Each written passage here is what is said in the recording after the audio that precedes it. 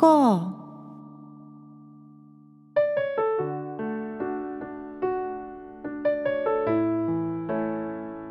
皆さんこんにちは。アンニョンハセヨ、風花です。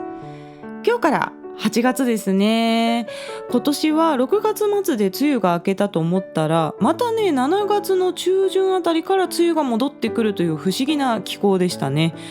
で、この番組はリリースの1週間くらい前に事前収録をしているんですが、梅雨明けした段階で暑くなることを見込んで、先月はね冷麺トークというのを企画してやったんですけど、リリースの日には大阪では雨が降って気温も上がらずにですね、全然冷麺の気候ではなかったというオチでした。こればっかりはちょっとねなかなか予想通りにいかないので、天気ネタっていうのはちょっと難しいところがありますね。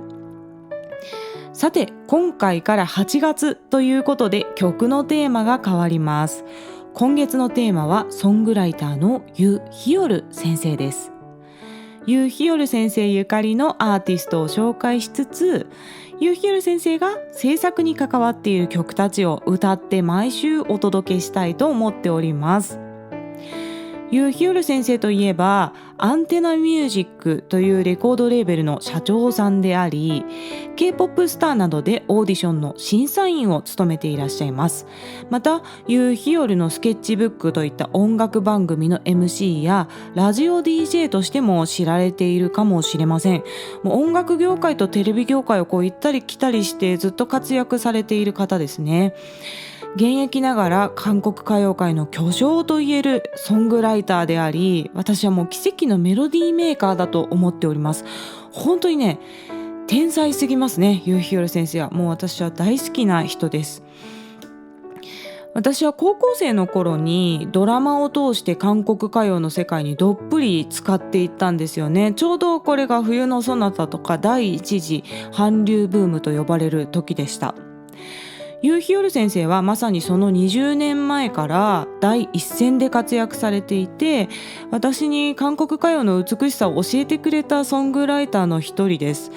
私がこうやってね韓国語を勉強して韓国のバラードをカバーして、今もう好きなことに夢中になっている人生がすごい楽しいんですけれども、この原点はユ・ヒヨル先生の音楽との出会いがあったからといってもこれ過言ではないんですよね。本当に尊敬して愛してやまないソングライターで、今でもユ・ヒヨル先生の昔の曲を聴いたりすると、韓国語が全然わからなかった頃からね、もうなんていい曲なんだろうと思って鬼リピして聴いてた当時のときめきっていうか、そういうものをね思い出しますね。で、最近ではちょっと盗作疑惑で日本でもニュースになったりしていて、これについてもねちょっと後ほど私の見解をお話ししたいと思っております。でもそういう盗作とかマイナス面で有名になるんじゃなくて、本当にユ・ヒヨル先生の曲は素晴らしい曲が多いので、今日はねもう魅力を中心に私はお届けしたいと思います。まず基本情報からいきますね。ユ・ヒョル先生は1971年生まれの51歳なんですよ。で、これ調べてまだ51歳だったんだと思ったんですよね。別に全然ね見た目が老けてるっていう意味じゃないんですけれども、本当に長年活躍されている巨匠っていうイメージだったんで、もっとね上なのかと思ってたんです。60代ぐらいなのかなと思ってました。で、もともと生い立ちが裕福だったわけではなくて、学生時代にはちょっとね不良じみたことをしてたっていうエピソードも聞いたことがあります。で、高校時代から本格的にピアノを学び始めて、作曲なども始めたそうなんですが、最初はね家にピアノがなくて紙の鍵盤で練習してたっていうエピソードをね聞いたことがあるんですよ。で、紙の鍵盤といえば1980年にアジア人で初めてショパンコンクールで優勝したダン・タイソンさんっていうねピアニストの方がいらっしゃるんですけど、このダン・タイソン先生をね私は思い出してしまうんですね。この方はねベトナム戦争の最中に防空壕に避難しながら子供の頃紙の鍵盤でピアノを弾いて研鑽を積んだっていうエピソードが有名なんですが、やはりお二人に共通するのは音楽能力の高さなんだろうなと思うんですよね。やっぱりそれだけ音楽能力が高いから紙の鍵盤でも頭の中で音がイメージできるんだろうなと思います。この時点で本当にねすごい才能をお持ちの方でございます。そしてユーヒヨル先生は大学在学中から音楽活動を本格的に始めます。最初はキム・ジャフンさんのバンドのキーボディストとして活動を始めるんですね。その後音楽コンテストで大賞を受賞してユン・ジョンシンさん、イ・スンファンさん、イ・ムンセさんなどね、もう今はもうずっと活躍しているビッグネームのアーティストたちのアルバムプロデュースに関わるようになるんですよ。でイ・スンファンさんはこの番組で4月にライブの工程として紹介して、でイ・ムンセさんも先月に口笛という曲をカバーしましたね。でユン・ジョンシンさんはこの番組では初めて名前出てくるかもしれないんですけどね、来月がっつりやります。もうユン・ジョンシン特集ということで。でそしてソン・シギョンさんもユーヒヨル先生とは親交が深くてですね、作曲をしてもらったりとか、ユーヒヨル先生のプロジェクトにソン・シギョンさんがゲストボーカルとして参加されたりしています。でお互いね結構ディスり合うぐらいね仲がいいんですよね。なので私がいいなって思う曲を辿っていくと結局ねユーヒヨル先生に行き着くっていうことが多いんですよ。何らかなんか作曲だったり編曲だったりプロデュースにユーヒヨル先生が関わっているっていうことが多いです。だから私もいろんなアーティストを聴いてこの曲がいいなって思ってるんですけど、最終的にはユーヒヨル先生に全部こうなんか握られてるんじゃないかっていうユーヒヨル先生が結局一番好きなんじゃないかって思うことも多いですね。でもともとユーヒヨル先生は自分が前に出て行ってパフォーマンスするよりも作曲とかプロデュースを中心にどちらかというと音楽の裏方というか下支えの部分をやりたかったそうなんですが、本当に素晴らしいプロデューサーになりたいんだったら自分の名前でまずアルバムを出すべきじゃないかっていうふうに音楽仲間からアドバイスを受けたそうなんですね。でこれがきっかけでトイという音楽プロジェクトを始めます。トイっていうのは英語でトイですね、おもちゃっていう意味です。で最初はユン・ジョンオさんっていうエンジニアの方と2人でトイを結成したんですが、アルバムの第2週からはもうユーヒヨル先生のソロプロジェクトということになっています。でトイは曲ごとに客員ボーカルっていう風に韓国語では言うんですけど、ゲストボーカルを招いて歌ってもらってることが多いんですね。というのはユーヒヨル先生自身はですね歌がねとっても上手っていうわけではないんですよ。アルバムの中に1曲2曲は本人が歌われているものもあって、それを聞いてね別に決して下手なわけじゃないですよ。下手だとは思わないんですが、確かに周りのこの歌を専業にしている歌手たちのレベルがめちゃくちゃ高いので、そういう歌手からすると確かにちょっとね実力は劣るかもしれないっていう感じなんですね。で私がユーヒヨル先生の音楽に出会ったのもこのトイの第2週アルバムがきっかけでした。でこの第2週アルバムは1996年の発売なんですけれども、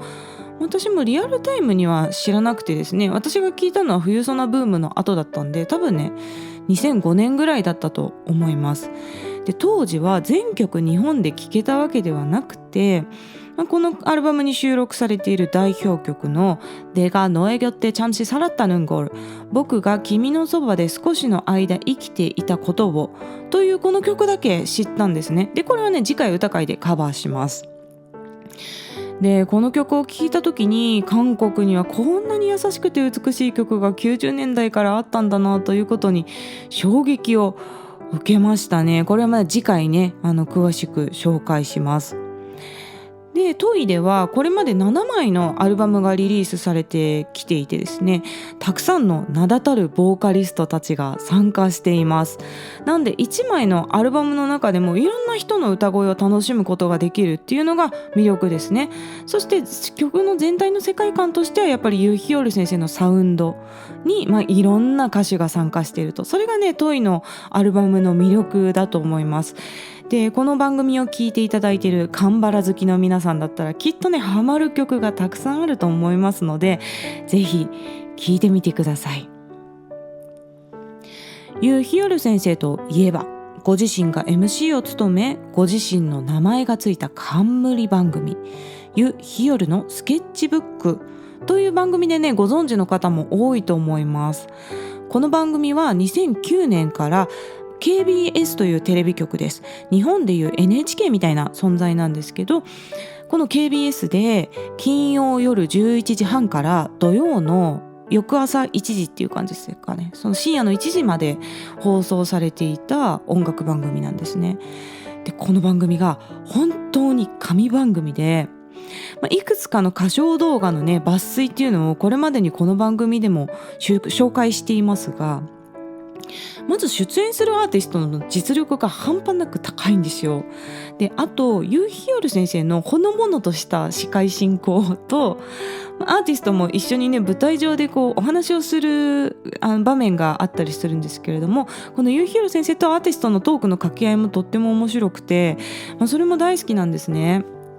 で、普通はバンド演奏でアーティストが歌うんですけれども、ミニコーナーみたいなところでユーヒヨル先生がピアノを弾いて、その伴奏で歌手が歌ったりとか、そんなねコラボもよく見ることができます。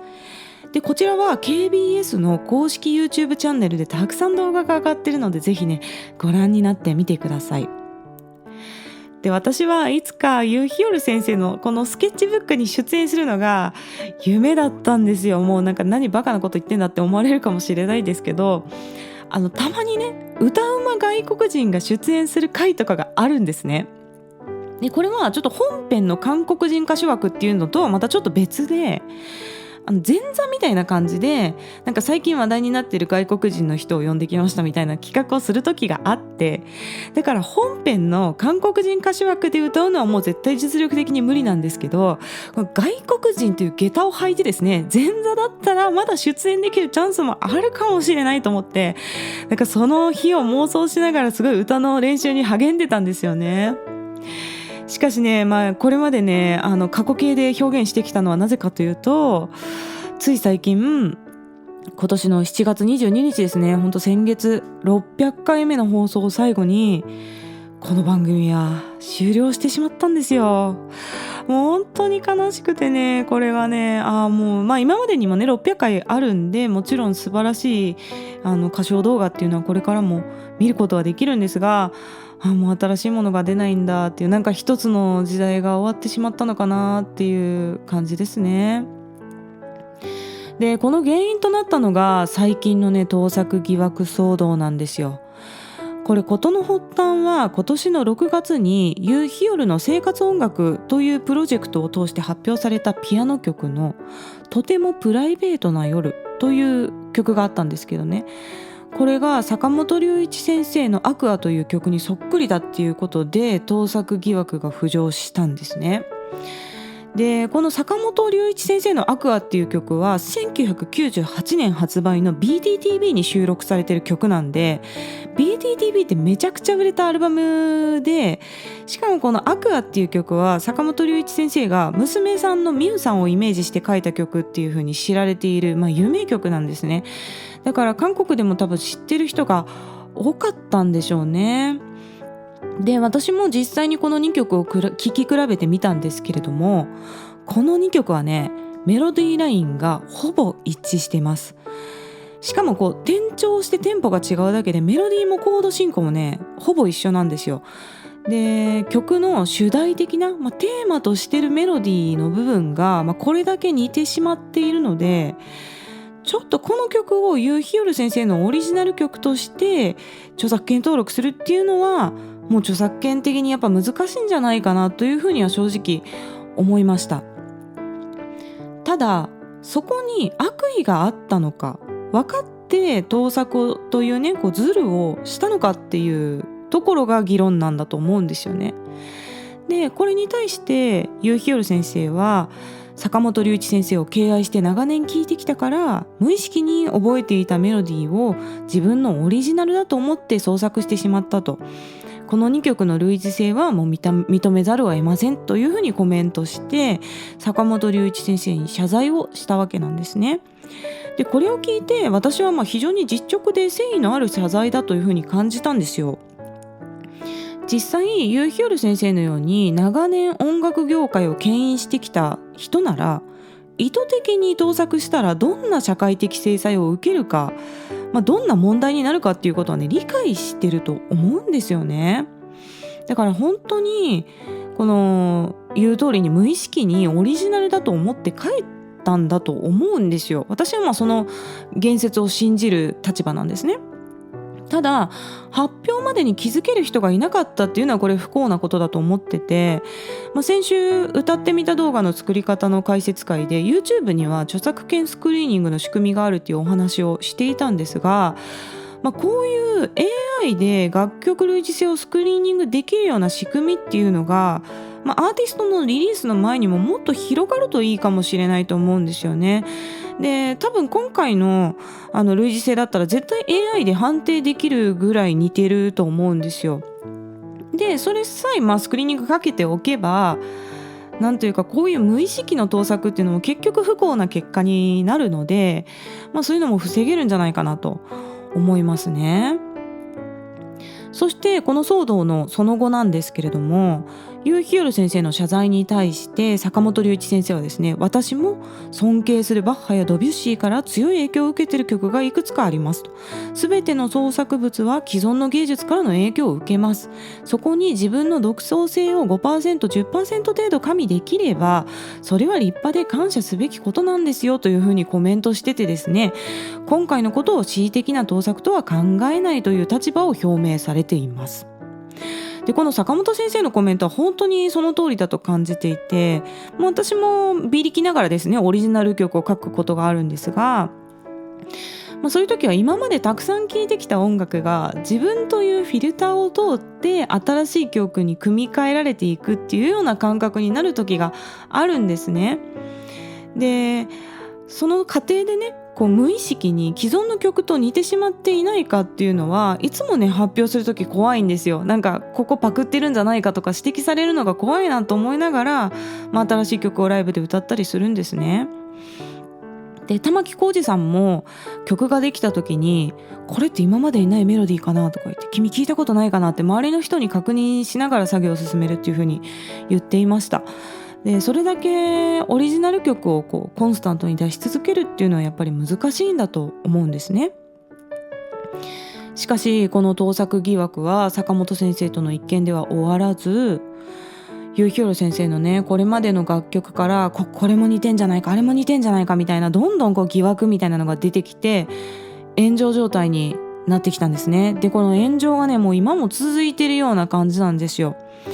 で、ただこれいろんな疑惑っていうのも私は確認したんですけれども、なんか曲の本当に部分的な一部だけを抜き出してこの曲に似てる盗作だみたいなちょっと極端な論調のものまで出てきてしまっているんですね。